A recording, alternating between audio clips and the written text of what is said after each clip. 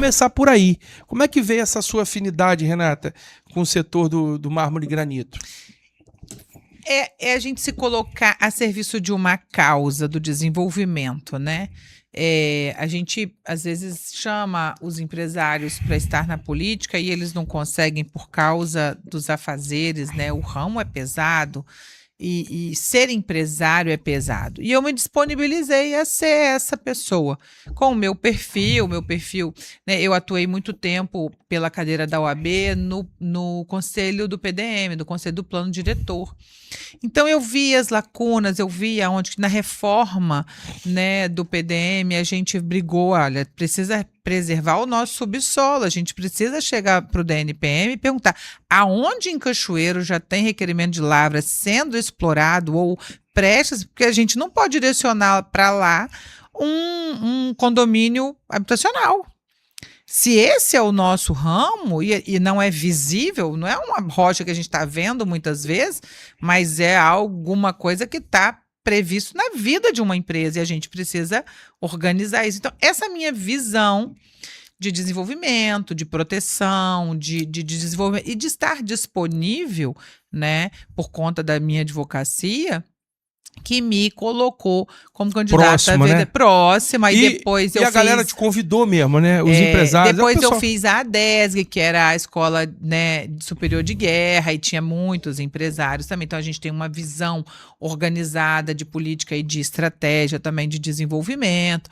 E a gente foi construindo a vida. E aí chegou na eleição de 2016, a gente queria entrar no sistema, porque não é só ajudar o sistema, mas participar efetivamente. Foi quando? Foi em 2016, para exercer o mandato de 17 a 20.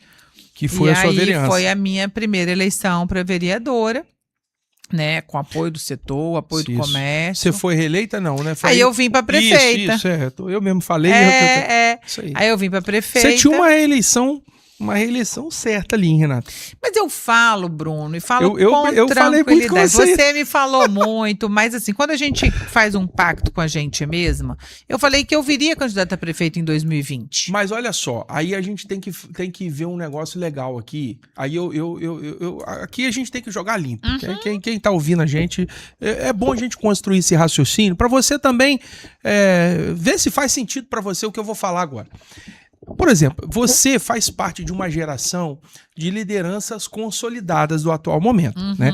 É inegável que Vitor Coelho é uma liderança, é inegável que você é uma liderança, é inegável que o Júnior Correia é uma liderança, é inegável que, por exemplo, o Léo Camargo é uma liderança, né? E aí, que curioso, é só pra gente tricotar aqui mesmo. Quando o Léo Camargo decide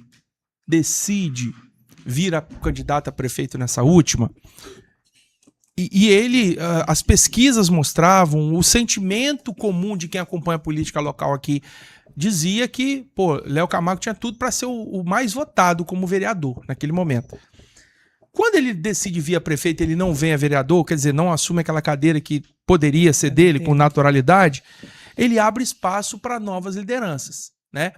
Por exemplo, o Léo Camargo, ele não vindo, naturalmente ocupou um vácuo ali no partido dele, naquele grupo lá, e eu estou citando como exemplo, pro Coronel Fabrício, que veio, foi muito bem. Não é que Coronel Fabrício foi eleito porque Léo não veio, mas assim, abriu espaço para ele se formar como liderança, abriu espaço para o Creone. Quem era Creone na fila do pão? Então nós estamos para trazer Creone aqui, né? E eu quero perguntar para ele, Creone, quem é você na fila do pão?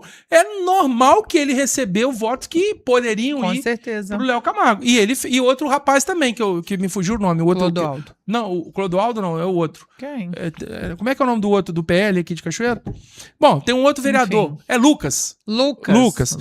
Enfim, aí tem uma galera ali, ponto. Você, o dia que você veio a prefeita, esse mesmo sentimento dessa eleição passada era em relação a você. Você tinha tudo para ser a mais votada naquele pleito como vereador. E você veio e abriu espaços para novas lideranças. Aí a minha pergunta, entendeu o raciocínio?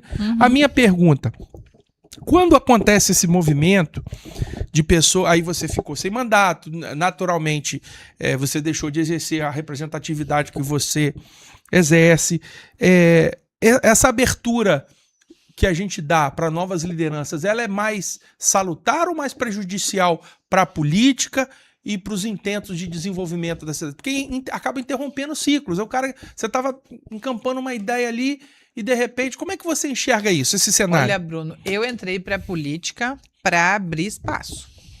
Então, toda vez que eu abro espaço para as novas lideranças, e eu entrei para a política com essa intenção, começar a largar o espaço de pessoas que têm negócios, de pessoas que têm atividade, de pessoas que têm atividades econômicas, para emprestar para a política experiências da vida prática. Só político, só por ser político, assim, não era o movimento que a gente estava fazendo. Então, a gente entra para abrir espaço. Eu acho salutar para a política. Quanto mais opção, melhor.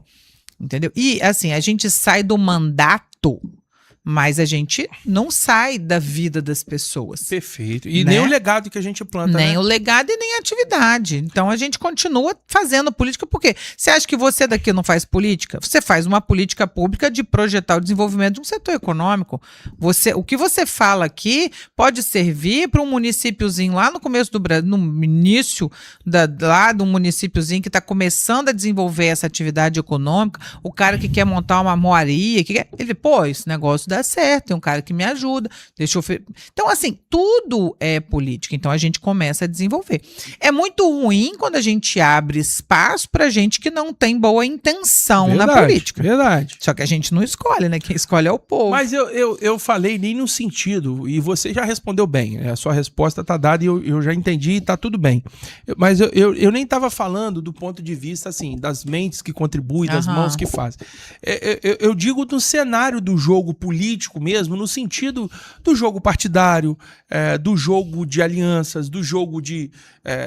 por exemplo, se a gente for trazer a memória aqui, e eu falei isso nas nossas reuniões lá de prefeitáveis naquela época, eu falei abertamente. Eu acho, por exemplo, que o jogo que o Jonas, naquele momento, jogou, foi um jogo ruim, porque ele poderia ser uma boa liderança, era um cara que tinha muita vontade de contribuir, e fez um jogo de amarras ali que acabou não projetando ele, gerou um estresse na cidade, que o cara era vice, né, e ao mesmo tempo disputava a posição. Enfim, um abraço pra você, Jonas.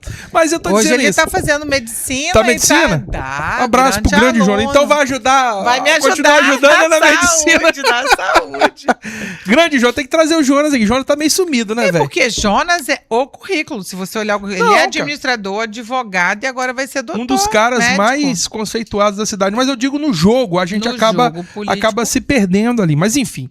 Renata, agora eu vou falar de você, continuar falando de você aqui. Se fosse para citar, nós vamos entrar na saúde, na sequência aqui, mas se fosse pra gente lembrar aí de um momento fatídico aí, de uma contribuição na sua passagem pela vereança aí, que você acha que marcou, que foi legal você ter feito, você tem alguma coisa que dá para falar? Ou algumas coisas? Nossa, quando eu estava vereadora, eu fiz uma coisa que a gente acha que não vai mudar a vida de ninguém, né? E os taxistas naquela época tava chegando o Uber maciço em Cachoeira, e tava naquela negócio de regulamento, no regulamento, uma confusão danada. E aí eles chegaram para mim e falaram assim: Renata, são 80 famílias que vão ficar desabrigadas, sem emprego, se a gente tiver a obrigação de mudar de carro esse ano. E que eles tinham que mudar de carro de 5 em 5 anos e todos tiveram que dar entrada. E o carro que a gente tem que comprar, pela lei, ele tem que ser um carro sedã. E o carro sedã é muito mais caro. E o Uber que estava chegando, o carro de aplicativo era carro hatch. Qualquer carro podia ser. E a gente sentou e falou: olha, vocês precisam então se reunir numa associação, criar toda uma associação de taxistas e fazer o que vocês querem. E aí, por unanimidade, a gente esticou o prazo deles trocarem de táxi e diminuiu o tamanho de litragem da carroceria do carro, podendo ser carro hatch ou sedã, de acordo com a disponibilidade financeira do taxista, e não uma obrigação legal. E isso marcou e impactou a continuidade do serviço. Então, a Câmara toda comprou essa ideia. Uma outra coisa foi a caminhada assistida que eu fiz com o Mova-se, que eles chamaram todos os vereadores para ser cadeirante. E eu fui. Ah, legal. Lembro. Só eu fui. Só você foi. Eles me ataram numa cadeira de roda e a gente mudou a minha forma de olhar as coisas, Bruno. Mudou completamente a forma da gente olhar a construção de bens públicos, a construção de pontos comerciais. Por que escada se a rampa todo mundo usa? Por que a rampa não é a preferência num ambiente público? E isso mudou. E daí, na minha campanha para deputada federal, o que aconteceu? Caí, com 10 dias de campanha, fiquei cadeirante durante 32 dias de campanha. Eu não lembro disso, Cadeirante, 100% cadeirante. Olha... O que foi? Quebrou a perna? Eu quebrei o pé. E aí o médico falou, ou você opera e fica de repouso, ou você fica de repouso sem operar. Eu falei, claro que eu não vou operar. Vou ficar cadeirante. E aí foi uma campanha que mudou também a minha forma de olhar as coisas, né? E perceber, assim, o quanto a gente não está preparado para receber esse mundo de oportunidades que é o mundo PCD. Ô Bruno, diga. Eu tive a oportunidade de fazer uma experiência com o Marcel Carone, quando eu trabalhava lá na TV Sul. Ele passou um dia com os olhos vendados, andando com o Álvaro. O Álvaro, o pai do Zildo. Aham. Ele, no final da matéria, ele chorava de soluçar, cara. Foi impactante. Aí a Renata tá falando aí, impactou a vida dele. E aí eu acho que daquele dia em diante, ele começou a enxergar o pessoal PCD de outra forma. Pessoal, a gente tem coisas que a empatia, né? Você só adquire quando você passa por ela. Tem coisas que a gente sente naturalmente. Agora, ou você passar um dia cadeirante é uma coisa. Eu passei 30 dias e aí mudou a minha forma, totalmente a minha perspectiva. Podia fazer isso, hein, Bruno?